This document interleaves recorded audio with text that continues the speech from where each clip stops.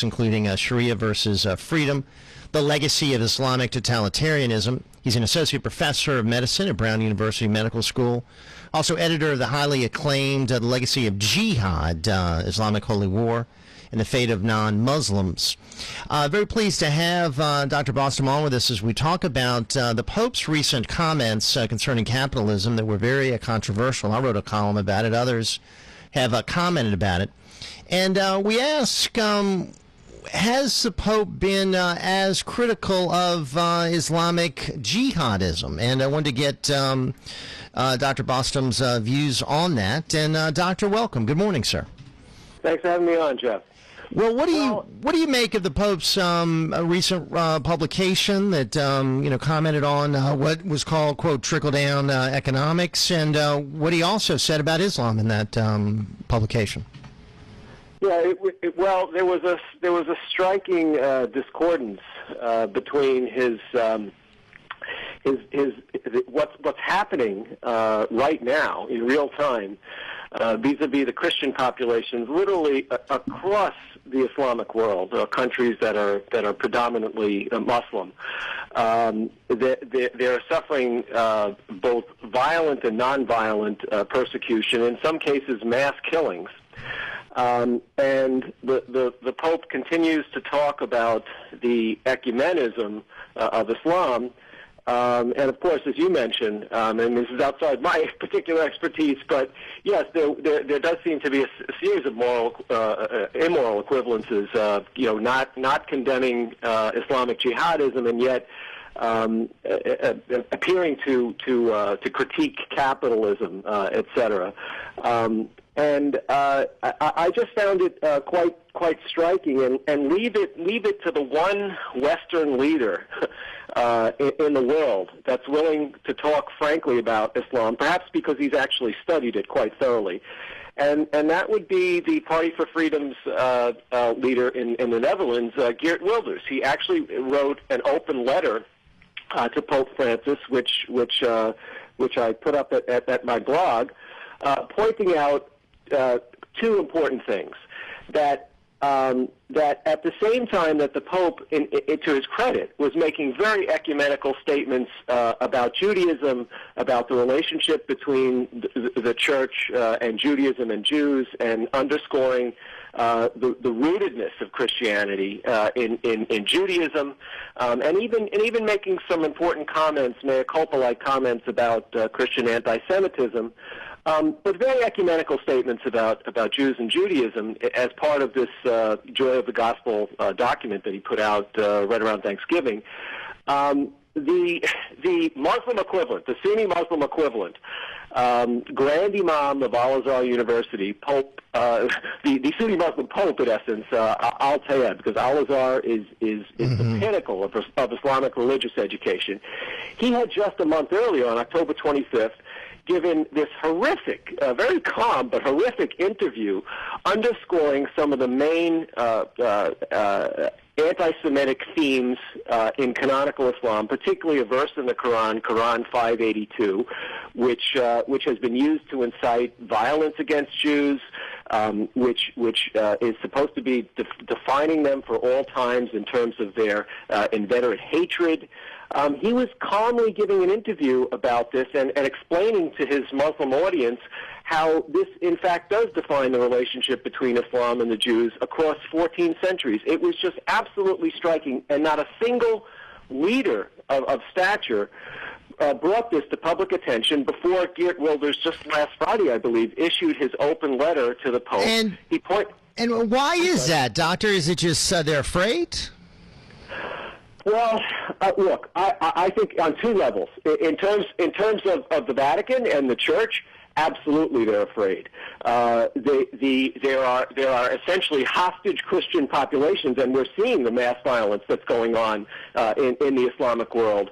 Overt massacres even over the last year, and it could take your pick. I mean, it's happened in Nigeria, it's happened to the Copts in Egypt. Right. Obviously, it's happening in Syria. So there's this fear that talking about this persecution will only make it worse. And I think what's is even more shocking to me is that the Jewish community refuses to ever say anything about the canonical Islamic anti-Semitism that comes out of an institution like Al-Azhar University, and yet, even the barest whiff of some sort of revival of Christian anti-Semitic motifs brings out a torrent of commentary from the Jewish leadership. This is so. In other words, I find that both the Jewish institutions and the Christian institutions, as defined by the Vatican, are behaving really as if they're going back to the traditional relationship between supremacist Islam and the other religions, Judaism and Christianity, which were conquered and subjected to the Sharia. It's called the dhimmi condition. Wow. It is almost like in psychological terms, it's like a Stockholm syndrome, which is really what the dhimmi condition was all about. How Islam was applied to non-Muslim populations. We're living this all over again. It's absolutely terrifying. And Wilders is the one leader who's willing to courageous enough. Out. Yeah. Yeah. And what does he get for it? He gets called an Islamophobe for simply pointing out these striking realities. Now, I'm looking at a new report. I mentioned this to the listeners earlier, that it's estimated that 100 million Christians today are currently facing persecution, and approximately 100,000 Christians die for their faith each year. And there's almost a complete media blackout of this story, Doctor. Yeah, well, and there are two scourges that are facing these Christian communities.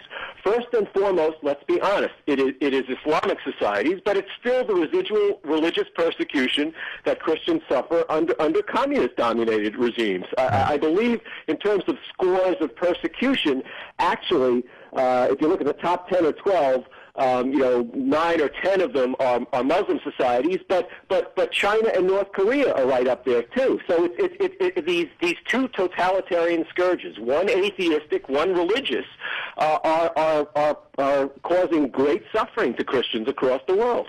Now, I remember when Pope Benedict issued a statement critical of maybe this history of Islamic terror, and he was vilified for it. And vilified. This was his famous or infamous Regensburg address back in September. Actually, on September 12th, the day after 9/11, in 2006.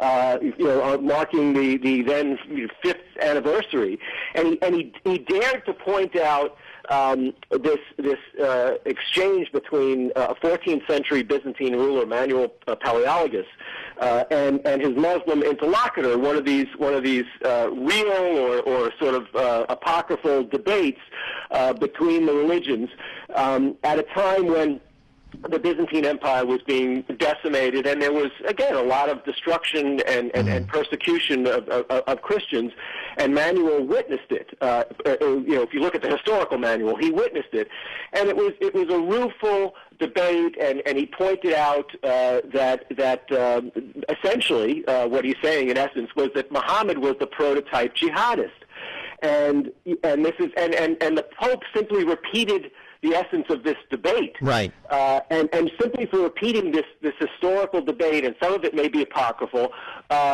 he was vilified, right? And in fact, real riots in 2006 took place with destruction and killing of Christians all over again. And then you transition to the new pope, and he seems to want to have no part of any of those types of controversies. So maybe is that why he's treating it with such kid gloves, because of what happened to Pope Benedict? Look, I think there's a real split in the Vatican. There are some who believe that capitulation is the only way forward.